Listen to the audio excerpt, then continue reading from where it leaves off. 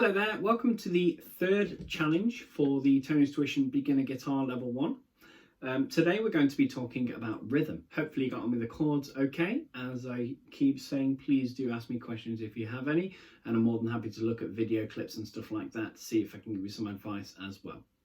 Okay, so rhythm. What is rhythm? Now this is an interesting question. It's one that I often ask my students and just anybody that I can ask really who is a musician, because it's always interesting the kind of responses I get. What is rhythm? Well, people often go, I know what rhythm feels like. I kind of know what rhythm is, but how do you describe it? It's tricky.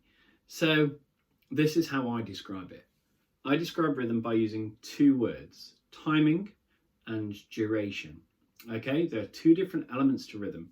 Your timing is how fast and slow your beat is, your tempo, your pace, your pulse. Okay, if I made that faster, I'm changing the timing. Okay, your duration is the note value. It's how long and short the notes last between those beats, okay, or on those beats.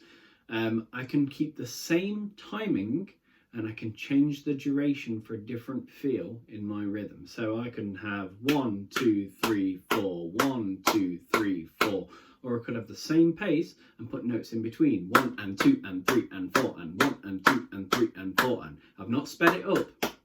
I've just kept the same timing, okay, but I've put more notes in between. So they're the two elements of rhythm. Okay, it's really, really important as a musician that we understand both.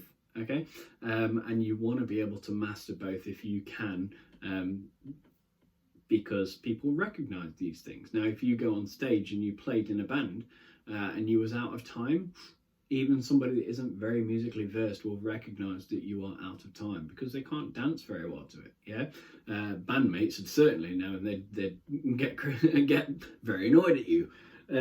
The other thing is your duration. Now your duration, unless somebody really recognizes the song and knows exactly how that rhythm pattern should go, actually you can vary up the duration half the time and people won't even recognize. Yeah, it'll still sound exactly like the song, which is cool because that means you can play with different rhythm patterns and you can make things, you can put your own twist on things. Yeah, so they're the two elements of rhythm. So we're going to look at our next tool, okay, which is going to help with our timing.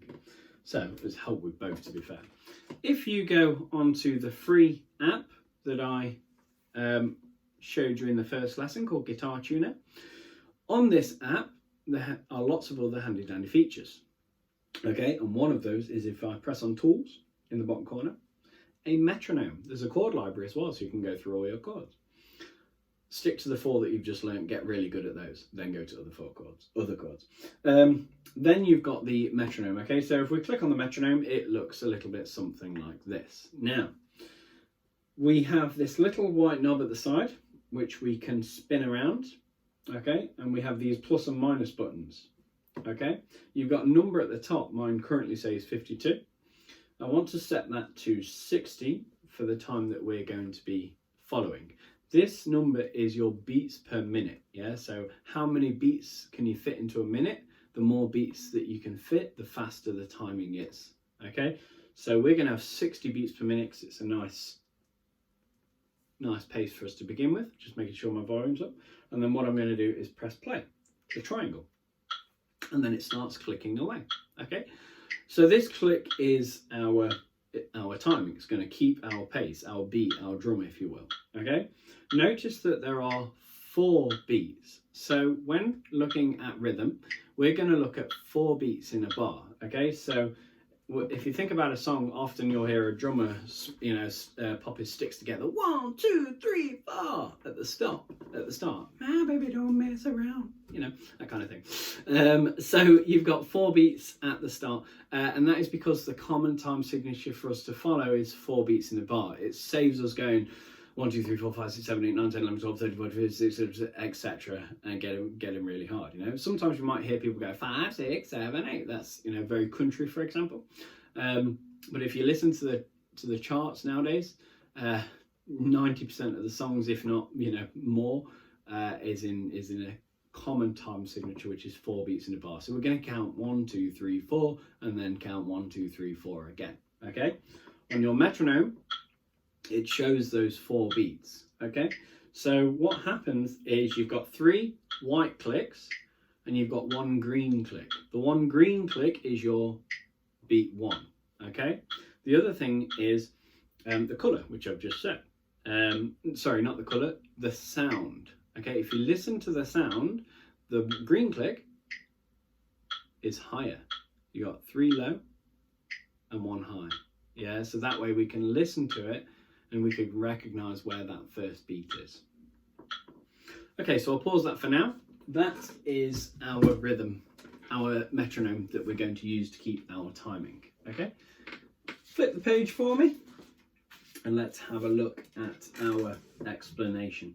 So we have crotchets and quavers. Okay, so with rhythm, this is where we're going to start looking at score. Okay, so on your tablature, when we looked at that, it separated it and said this is score, this is tab. The tab is what we looked at for figuring out where our fingers are going to go.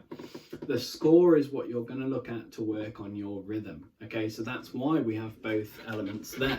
One so that we can use for rhythm and one that we can use for pitch. Okay, so our rhythm, we have 2 different types of notes that we're going to be looking at. A crotchet and a quaver, or a set of quavers. So on here you see the first one is a crotchet, and then we have a set of quavers.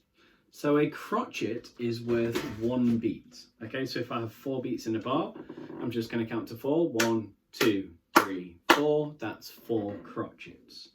Quavers are worth half a beat. So if I was going to count quavers in a bar, I'm still going to count to 4. I'm not going to go 1, 2, 3, 4, 5, 6, 7, 8. No. Because I've only got 4 beats in a bar. Yeah.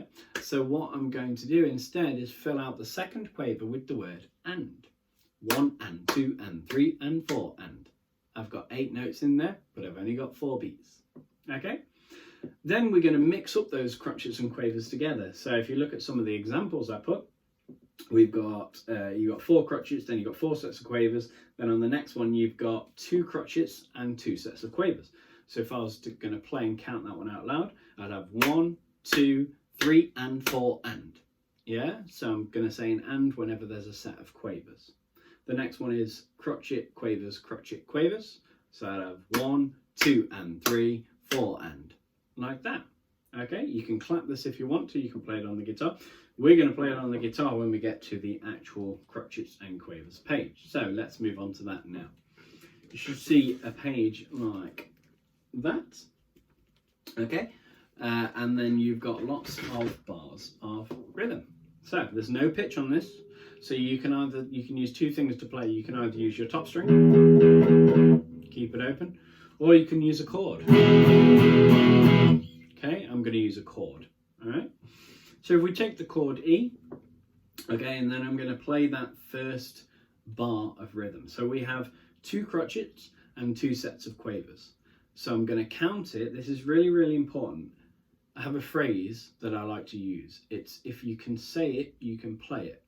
If you can vocalize the structure of your rhythm, it'll make it much, much easier to put it onto your instrument. Okay, especially as we get to more advanced levels. Okay, so your first bar is crotchet, crotchet, quavers, quavers. So that is 1, 2, 3 and 4 and. So if I was going to play that on the guitar, I'd have 1, 2, 3 and 4 and. Now notice if I'm strumming, I'm also going to go up whenever I say the word and.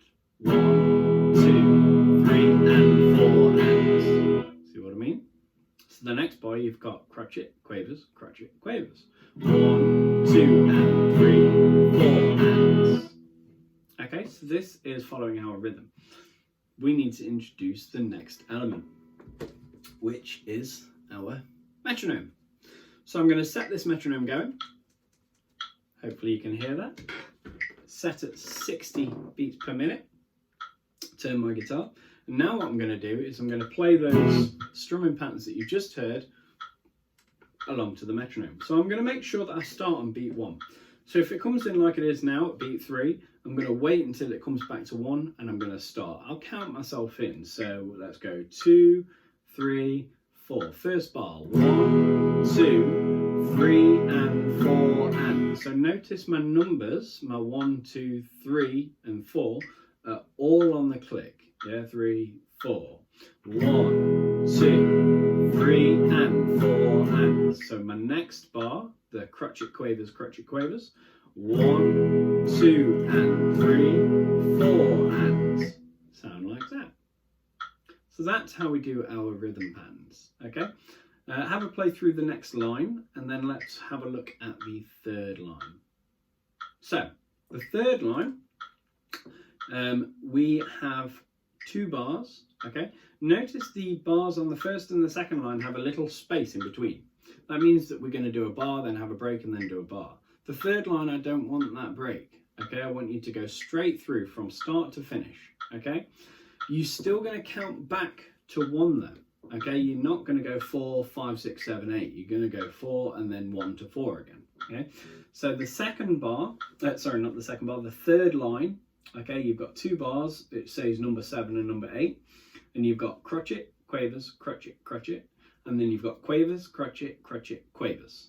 Okay, so to vocalize that and say it out loud, I would say 1, 2, and 3, 4, 1 and 2, 3, 4, and. Like that. Put my metronome on, play it along to it. My E chord again.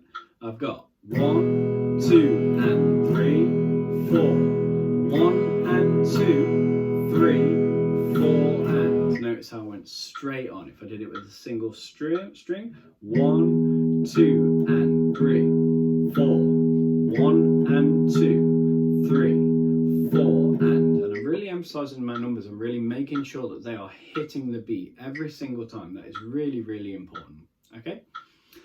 So that is our crotchet and quaver rhythm patterns. Okay, now your task is to have a play through all of those patterns.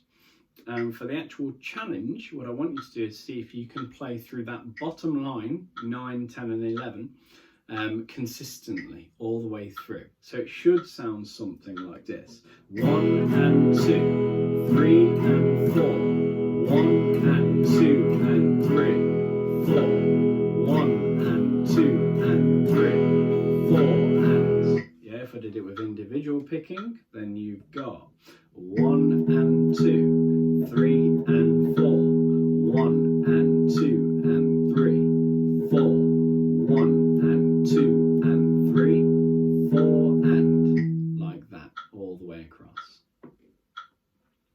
Okay, I hope that all makes sense to you. Really, really important to get this kind of stuff under your fingers and get comfortable with it. It's a really, really important element, especially later on. The more you get into music and playing the guitar, the more your rhythm counts, okay? And if you ever want to play with people, of course it counts. You've got to be in time, you've got to be able to play together, okay? So, have a go with that. See if you can get comfortable with it.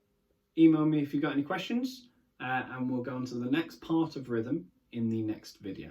Thank you, have fun.